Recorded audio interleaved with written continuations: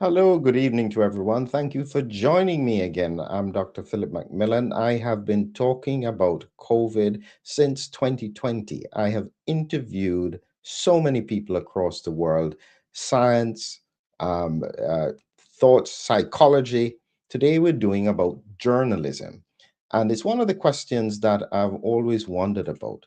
Why did our journalists lose the ability to do critical analysis during the pandemic? Really strange. And so today I'll be talking with a journalist who is willing to challenge the narrative. And this is Rob Driscoll. I'll bring him in a minute.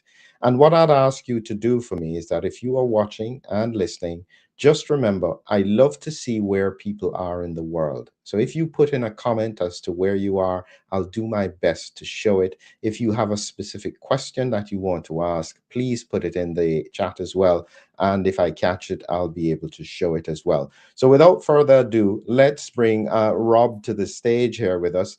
Rob, let's start off with a few things. If you'll just introduce yourself to the audience. Thank you, Philip, and thanks for joining, audience.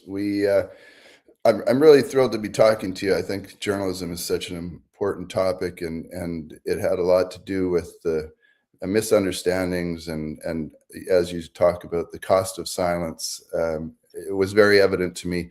I've been a career journalist, and in the year 2020, I was transforming my company into a hybrid marketing and business magazine company when I saw that things just weren't adding up. I was looking at the data, and I was seeing that the news reports on every news organization were just woefully wrong and misleading. So I felt compelled to launch Big Media. It's ironically called Big Media. We're just a small team of amazing people. I recruited incredible journalists. Most of them are scientists, engineers, and mathematicians who abide by my very strict guidelines that take away the sensationalism and expert testimony that are at the heart of the problems in the journalism world. Excellent. So, listen, one of the things I always want to learn about people is that when you have somebody who is challenging the narrative, they oftentimes have a history of doing it. So, in your case, you've been doing journalism for a long time. What were you like as a journalist? Were you one of the ones who just put out the stories, didn't ask too much questions? What were you like? I was a bit of a pain in the ass. I would challenge the editors when I was at the news desk at the Calgary Herald back in the '90s. I would let them know that I disagreed with when a story was running that wasn't balanced or was incredibly biased or was not fair. I would tell them, and they would always just say, just run it, Rob. Don't worry about it.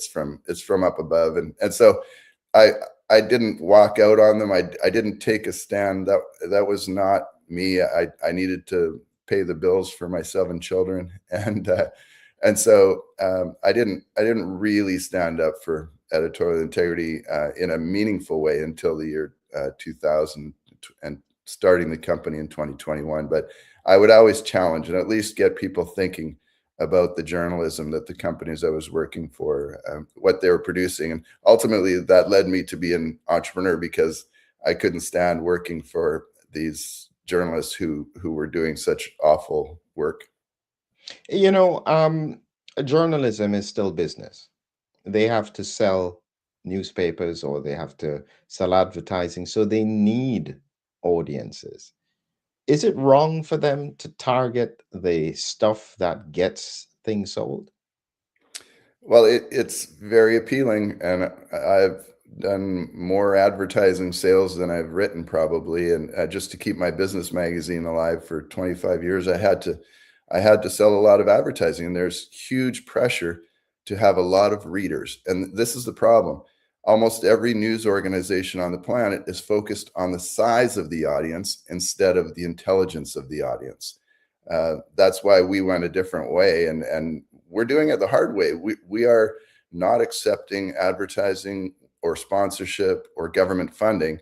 That is the only way, in my heart, the only way to be true to the readers and serve them well is to actually have the readers pay. But it does raise the challenge, though, is that when you look at many media organizations, if people talk about the big media places, the CNN, the Fox, they are desperately dependent on the finances from advertisers. They cannot afford to mess around. Now, my opinion is that the truth is actually a lot sexier and more, I guess, stimulating than people might realize. And so, my goal, and our revenue is growing every year, and one of the things we want to do is show people that accuracy can lead to profitability. Right now, I don't think the big guys believe that. So, but they're also, a lot of them are trapped in this. The model, which is just wrong. Trusting these experts, and cherry picking them and making sure they're saying the most amazing things to maximize the size of your audience. That's really at the heart of the inaccuracy, is that these people are being trusted, and they're actually usually chasing their own agenda. And all you have to do is look at the top experts who are being quoted on things like climate change and pandemics and whatnot, and look at how much money they have now compared to 10 years ago. It's unfortunate, but the experts of today are usually, when they're being quoted in the mainstream media, it's not because they're the ones that are going to give you critical context and help educate the audience. It's the ones that are going to say remarkably amazing things that keep people glued to their phones or their TV sets or what have you. So, in effect, they are selecting the people that draw the best audiences, not necessarily the people who have the best information. Correct. And Greta Thunberg is a perfect example on the climate change side. She doesn't have a great education on environmental science, but she was emotional and she was screaming at us, and that really was attractive. That really drew in a lot of readers. So the media companies used a 17-year-old girl to tell people about climate change, and she didn't know what she was talking about. She was trained to say talking points that would get people fired up and get a million people to show up at a protest, but it wasn't based on truth or actual context that would help people understand what's going on in the world. It was all emotional triggers, and that's a big part of it.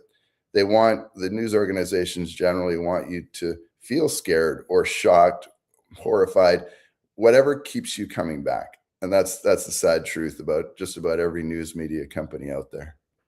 So, when we look at what happened in COVID, then we saw an alignment across the world of news organizations. So it's not just the United States, it was in Europe, Australia, everywhere.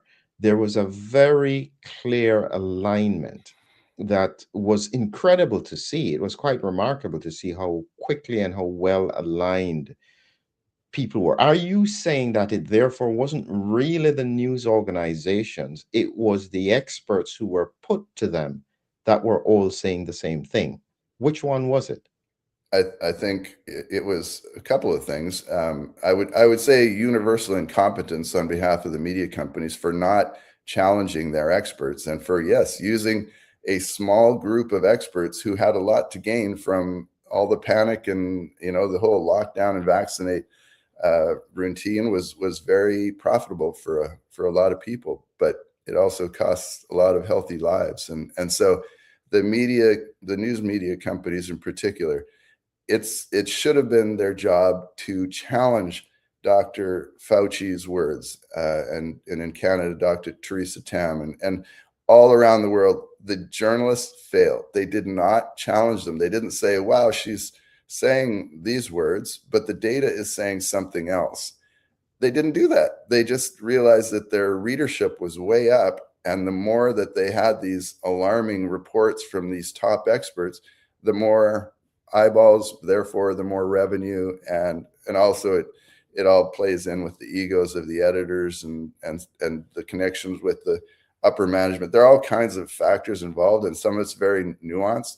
But at the end of the day, it wasn't a little cabal operating the world.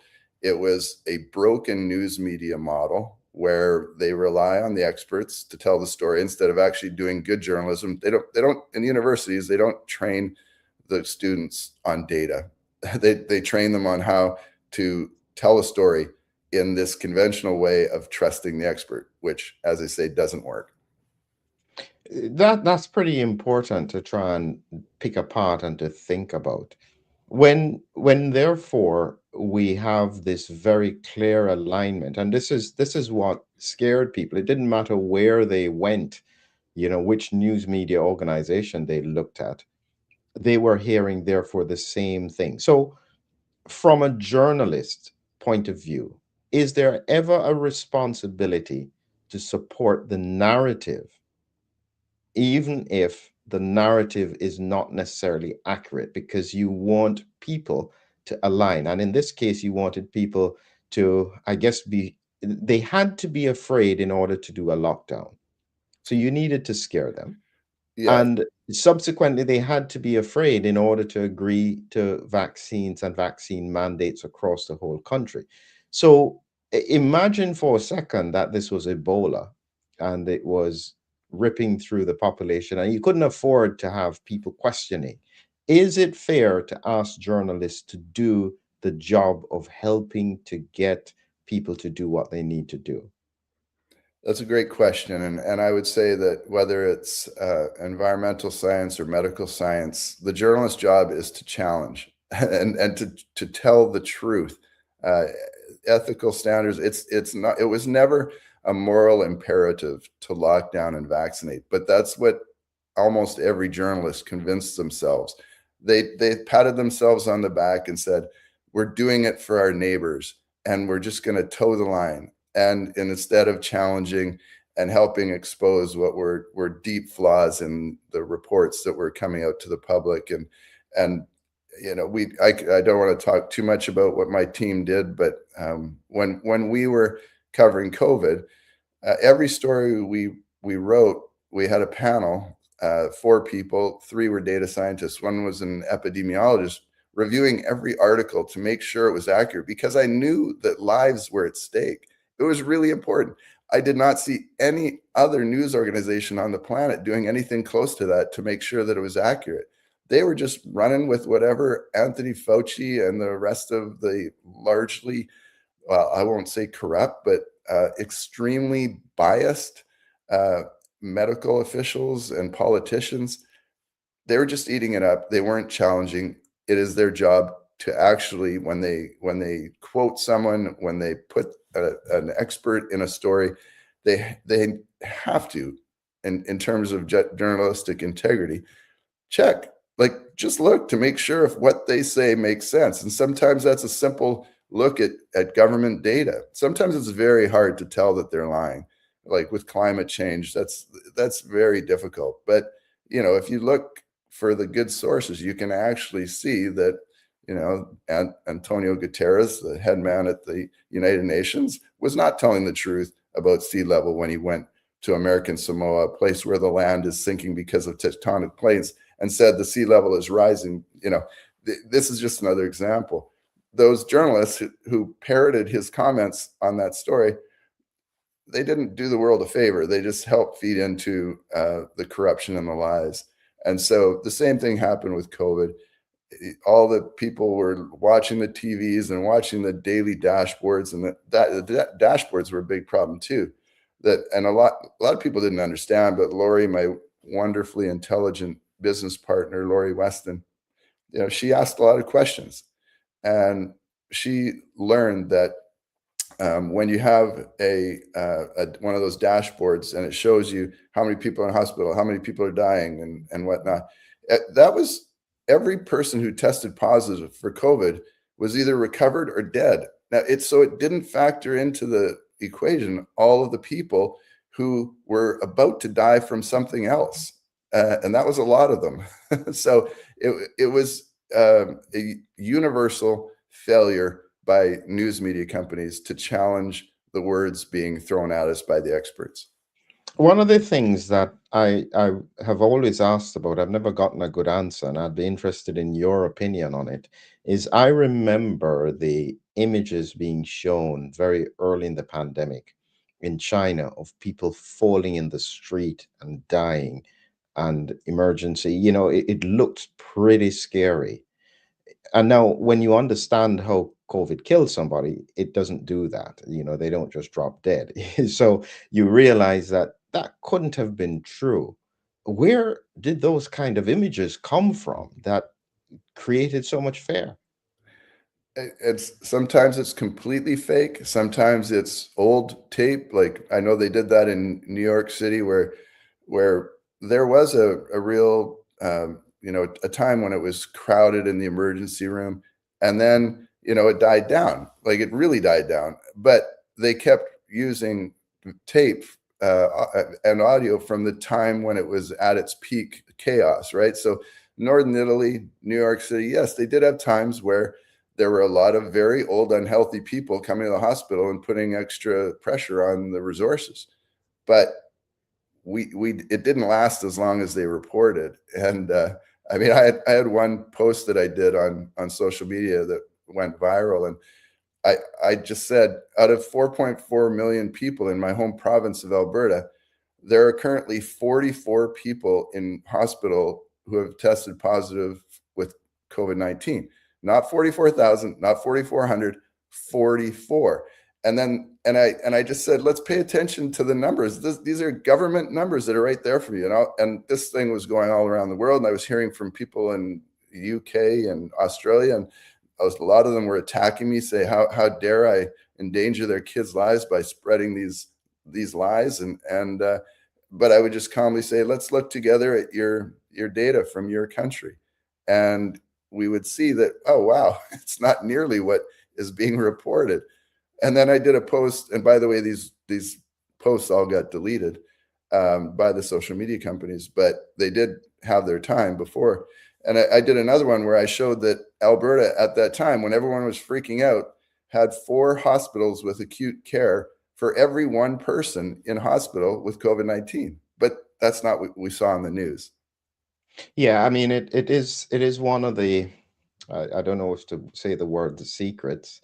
The truth is that even at its peak with regards to COVID, primarily the hospitals were full in the intensive care and on the respiratory wards.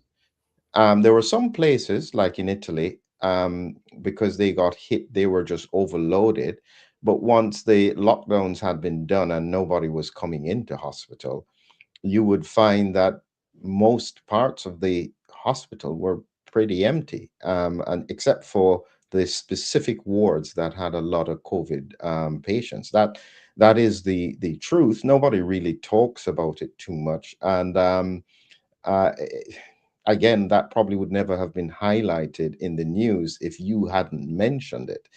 And part of the, I guess, part of the reason was that everybody wanted people to continue to take it seriously because you had the countries locked down at the time. If people thought there was no need for it, they wouldn't have locked down. Any thoughts on that? Uh, well, right from the start, the threat was exaggerated, and Lori, again, my partner, she did an excellent job discussing the relative lethality of COVID early on, and so people who read that article understood that it wasn't a major threat to healthy people. Even healthy older people were not at risk of a major, like a severe outcome.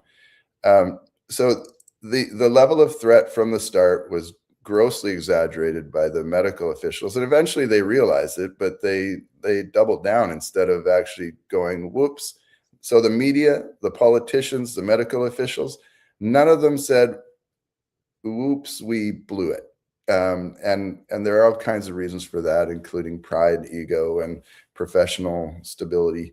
But the fact is, they really got it wrong. And some of the work that we did showed that a lot of the excess deaths, so the deaths above and beyond what could normally be expected for the years 2021 and 2020, were happening with people in the healthier age groups, 20 to 59, and that there were some excess deaths in the older groups, but they were people with multiple comorbidities by and large. And so if people knew this, they wouldn't have panicked so much. They would have kept their children active and living, and we wouldn't have had as much collateral damage if people actually had the critical context that we were providing, but almost nobody else was.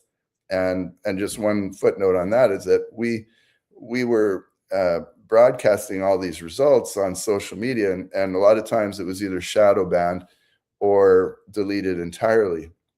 I was actually for a while I was banished from LinkedIn for saying a completely accurate post that was backed up by government data.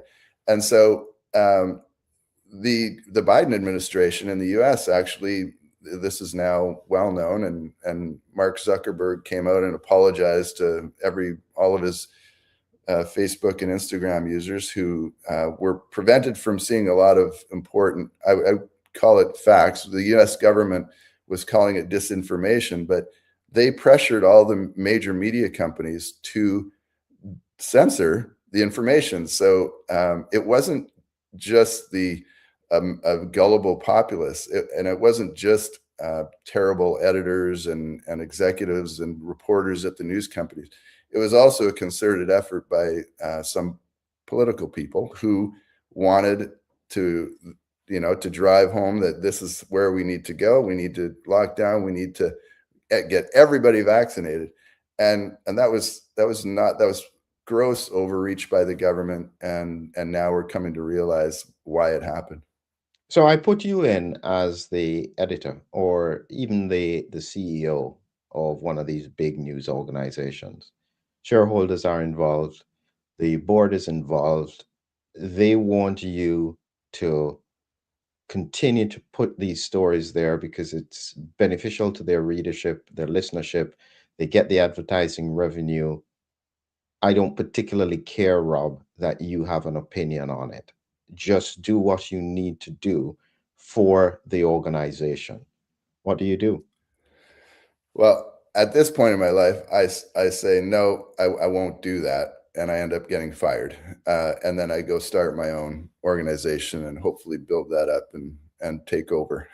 So it unfortunately, most people just toe the line and are more worried about their career path than they are the public good.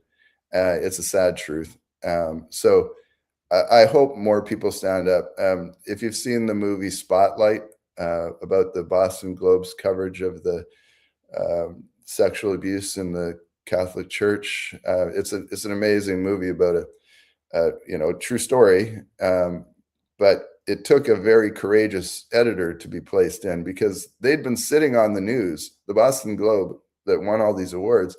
They they should have been raked over the coals for not doing it early because they were given the information early on that would have essentially ended it and or at least helped stop people from being sexually abused.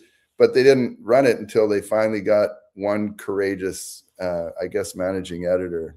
Anyway, if you haven't seen that movie, I think it's very insightful in terms of how the media world works and how it does take courage, and that ultimately it's good for the world when you stand up and do the right thing.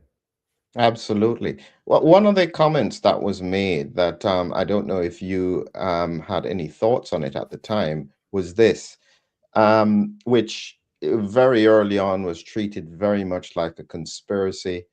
It was strongly denied by the scientific community, and it only came back when some evidence that was pretty strong, maybe a year and a half later, kind of challenged it. Any thoughts about this kind of thing?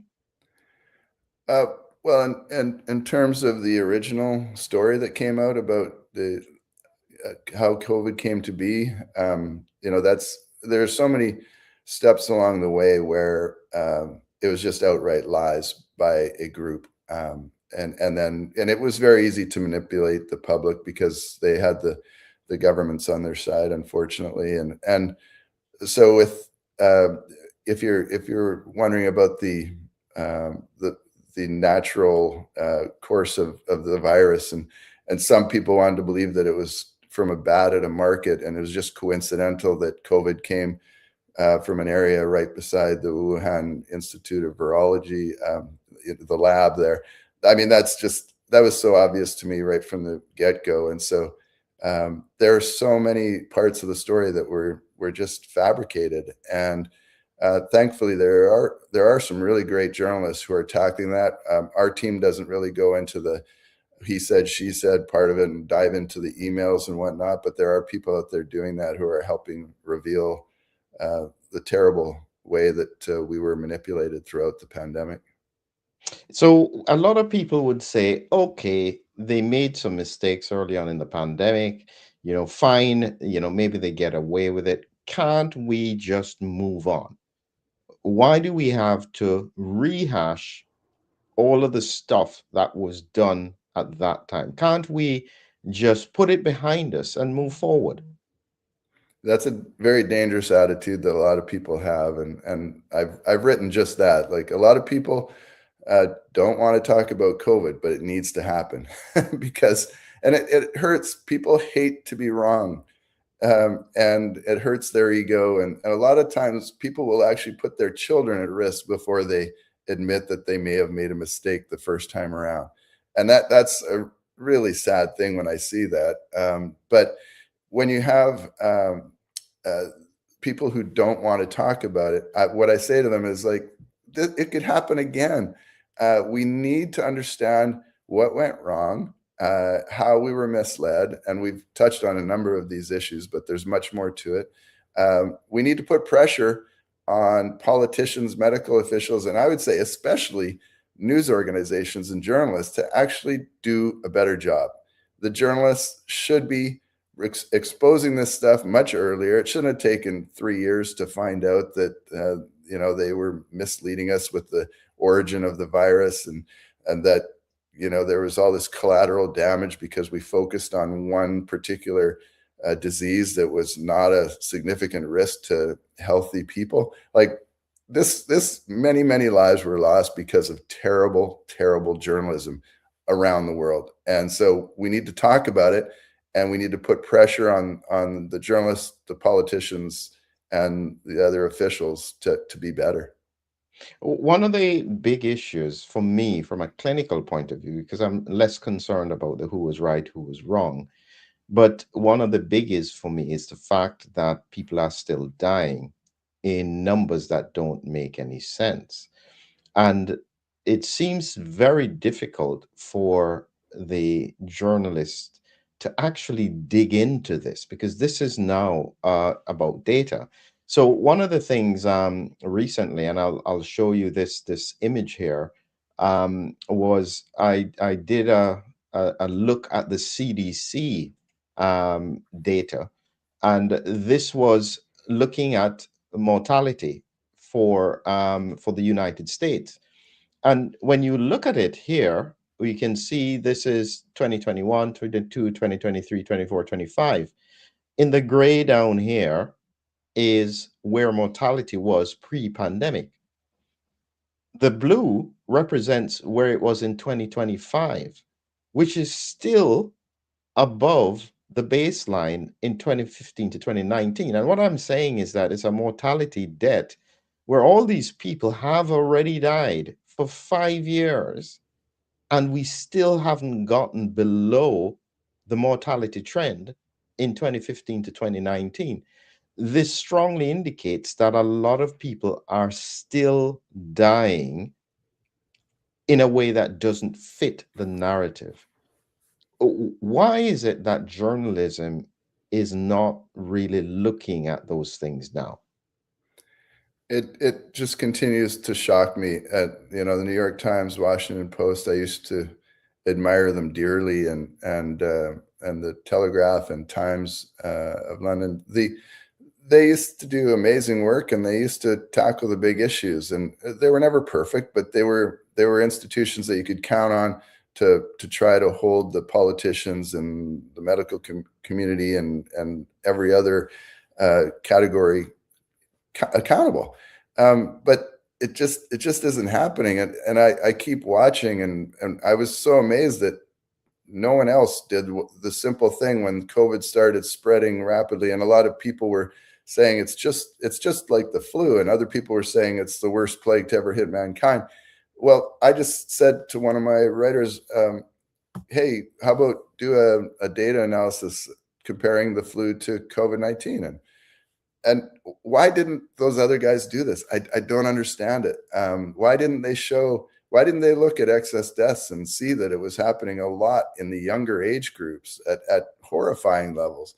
Now, I don't know if we want to get too deep into the results and correlating it to vaccine, but and this is something I continue to see where a major news organization will talk about the increase in children being diagnosed with cancer, and they postulate all these different ideas of or theories about why children are getting cancer so much more now, but they never mention the COVID-19 vaccines, which we can't say unequivocally has an impact, but it did change our immune systems, and it was administered to children, which never should have happened, and so I think there are major consequences from disrupting our natural immune system.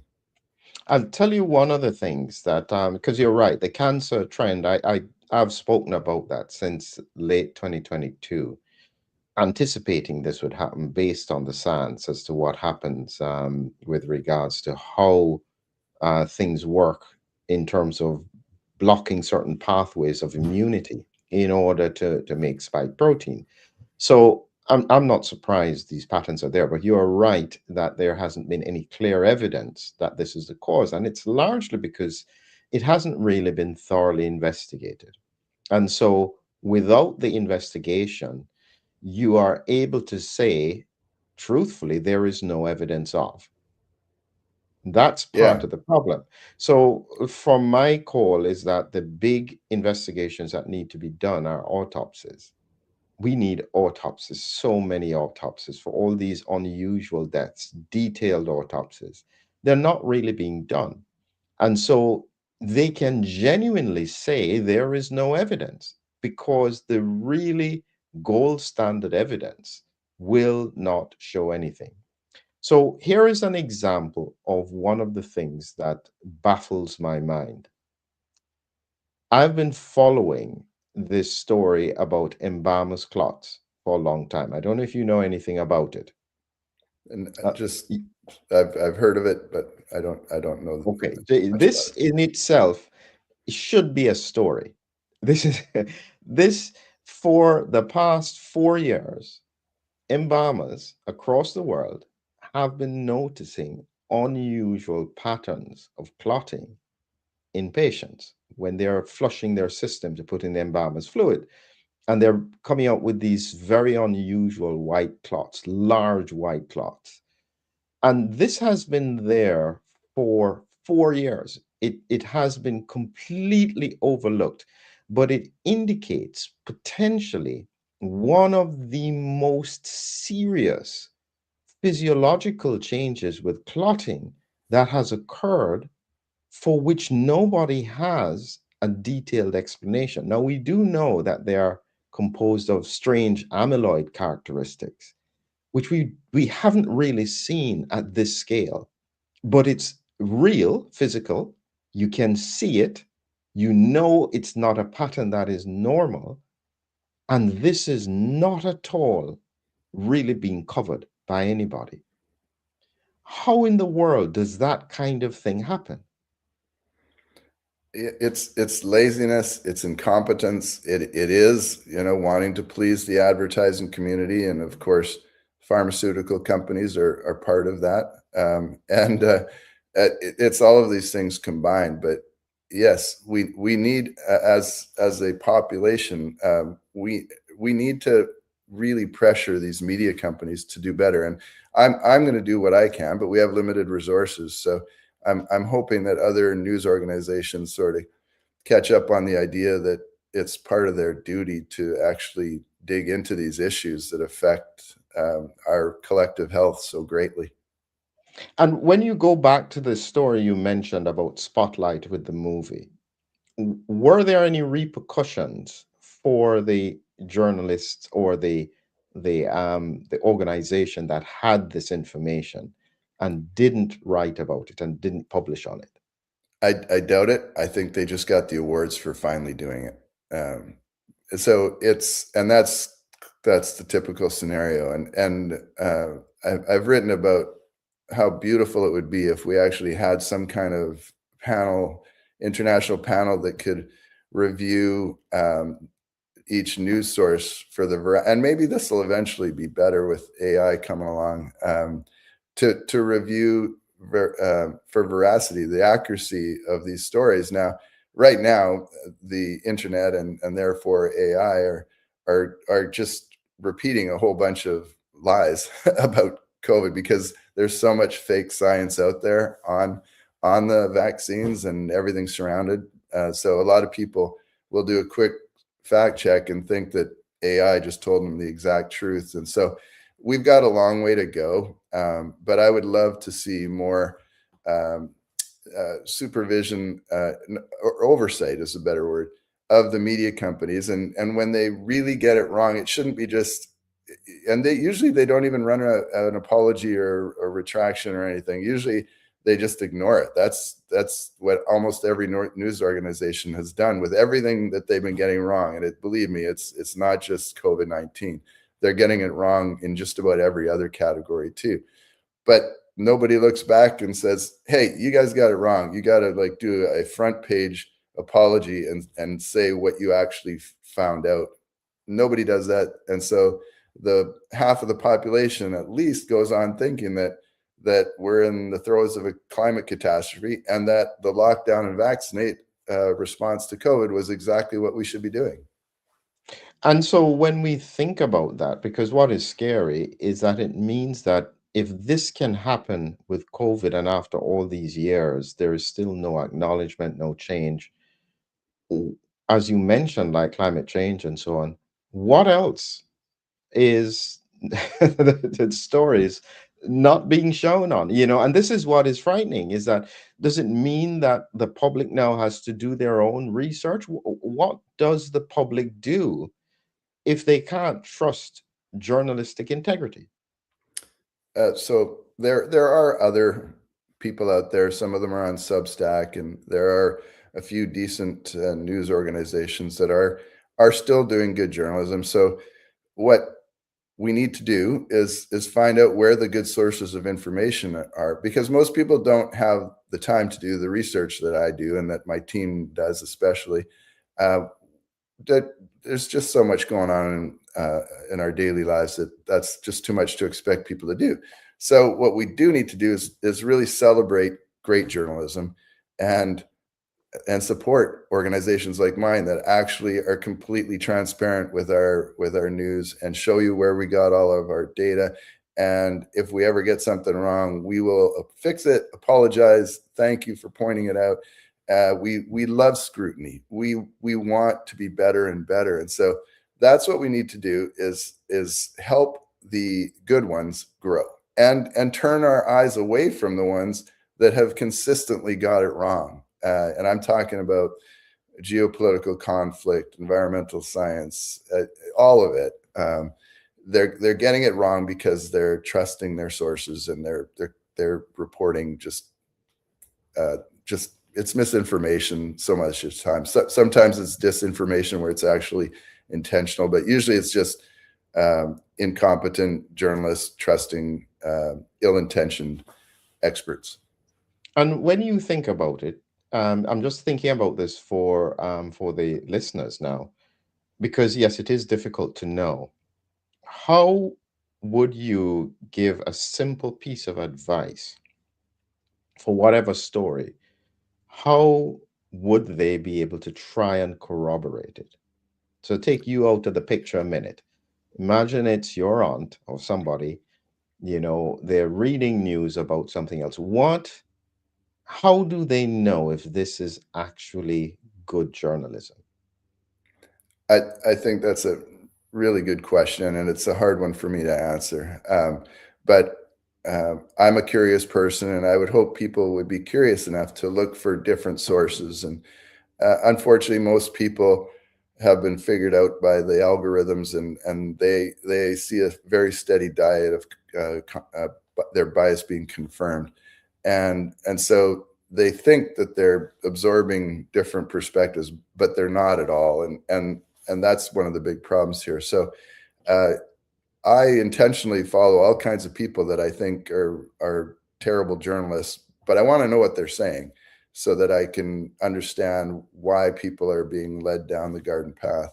And so uh, the general news consumer, it should be at least just stepping back and going, does that make sense? And then maybe looking for another source to verify that. A lot of people won't even take the 30 seconds to do that. I'll use the big story that's running around with the ICE agent shooting the woman, the mother. I think she's a mother of 3 or 4 kids, and depending on what news source you look at, they're going to show the camera angle that makes either the driver of the vehicle look like she was unjustly shot, or another news organization is going to show you the body cam that really makes you think that that ICE agent's life was in danger. Well, if you look at all of it, then you realize it's an awful situation. Both sides made terrible mistakes, and now we've got a dead woman at it with and these kids have no mother or no father. So it's not as hard as people might think to actually just look at different sources, but they do have to spend a little time figuring out which sources are accurate. So if you check out the last almost 5 years of journalism that we've produced at Big Media, you're going to see that we got everything pretty darn accurate. Like, just because of the way we do journalism and relying on the data, relying on facts, and not using sensationalism or emotional triggers. So, and then you compare it to, let's say, CNN or the Washington Post or whatnot. They will, you can look back and see the things that they were saying about climate change and about COVID and all these different things that they said in a way that it was opinion journalism. It wasn't good news journalism, or it was press release journalism where they just printed what the experts said, and therefore it was incredibly inaccurate. So it does take a little work to find out who is accurate and who is not, but I promise you we will always be extremely accurate, and I'll help you find other sources too if you want more than what we do. And so when we look forward, as we're closing up here, Rob, because now on top of it, we've got AI that, as you said, samples the convenient, sometimes the lazy journalistic thing to use as its source. This is going to get worse.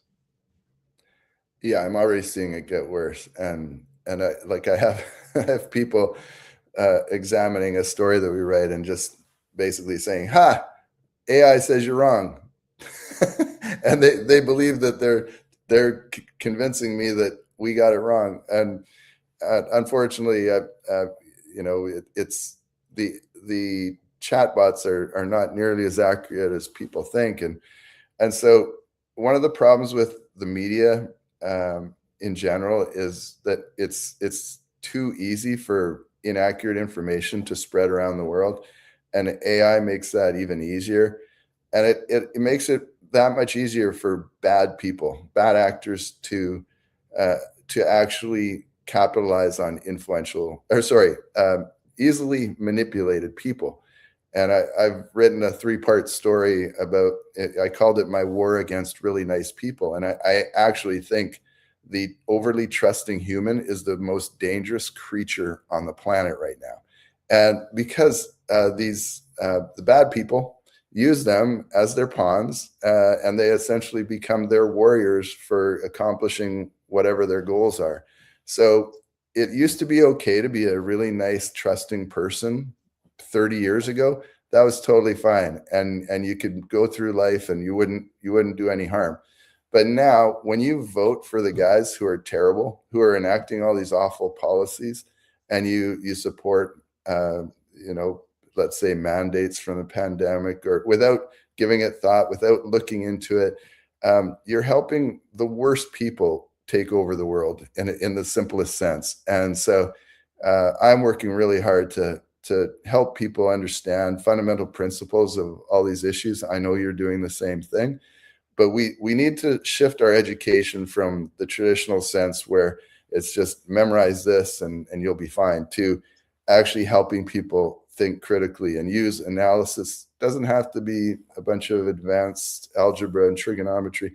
It can just be simple, you know, searches, like I said, but verifying, not just trusting your first search. And then above all, finding the people who are actually trustworthy and holding them accountable and pushing them to be better. And then when you're following someone who messes up and you find out they're wrong, challenge them. Don't just let them walk away and do it again the next time. You know, as you said something there that really struck me about the good trusting people are now a danger to everyone else, because you're right, they will then take that propaganda and pass it on, and suddenly what was clearly disinformation then becomes embedded in society across the board to many other trusting people. This Exactly. almost feels like, I guess naturally I always look for an alternative perspective, but that makes me more like a conspiracy theorist. Are we saying that people need to become more like conspiracy theorists? We have to question. We have to think critically, and not just believe whatever we're told. And one of my children is a school teacher, and I've talked to her about this. That and I think she does this right. Like, it's important that children actually be respectful and obedient to a degree, but I want us to raise people who actually challenge the teachers and challenge their parents, but not in a disrespectful way. But in our whole society has been taught that you should just sit there and be a good little boy, and that's how the the whole pandemic and the government overreach was just routinely accepted, and people were taught to hate the unvaccinated, who were, if they were healthy people, they darn well were making the best decision. And so people, if they just step back and go, is that really true? Let's just do a quick little look at the data, at these sources that are, I think, pretty reliable. That's what we need to do. A lot of these conspiracy theories, well, I mean, conspiracies are happening all the time, and I'll just use one quick example. Like, especially with war, you're going to get a lot of lies, right? And so uh, at the start of the Ukraine war, President Zelensky told the media that the Russian soldiers had gone to Snake Island, this little depot, and the Ukrainians bravely told the Russian warship and the people on it to go F themselves, and then were immediately slaughtered. That's what the president of Ukraine said. Well, a lot of media just picked up on that and ran it as if that actually happened. Well, I know enough to just sit back and go, well, let's see if there's any way to find out if this is true. And eventually we find out that actually the soldiers were just captured and nobody was killed. So it so much of it is disinformation. Some of it is true, but if we think critically, the truth is usually not as hard to find as we might think.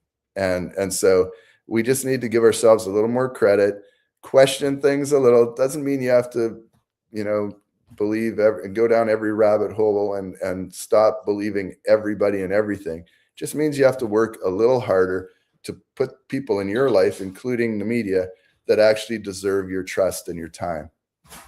Wow, I think that's really, really important. So, Rob, what I want you to do is I want you to close out. That was like a nugget you gave there, but just to give the audience the general principles of, if I now did if we had an organization that was a body overlooking journalism and being able to say, okay, we want to get it better, we want to try and get true journalism back.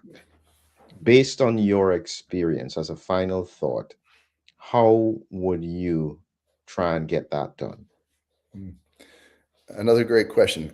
I certainly wouldn't take a bunch of editors, like it's and I'm going to equate it to the medical community again. Like when you have a bunch of career medical people deciding if vaccines should be taken, that's a recipe for disaster. Of course, they're going to be tending to side with the pharmaceutical companies that have made them rich. So I would take independent people who have hopefully have integrity in a variety of different areas, and it could just, it could be someone who's a phys ed teacher, whatever, but just is very interested in media.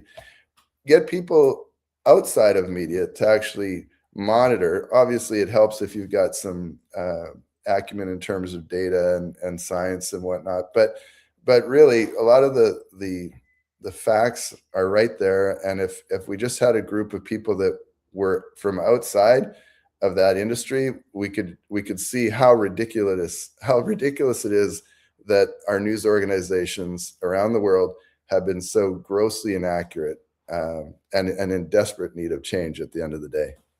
Wonderful, wonderful. Just a reminder to everyone, and that Rob is at bigmedia.ca.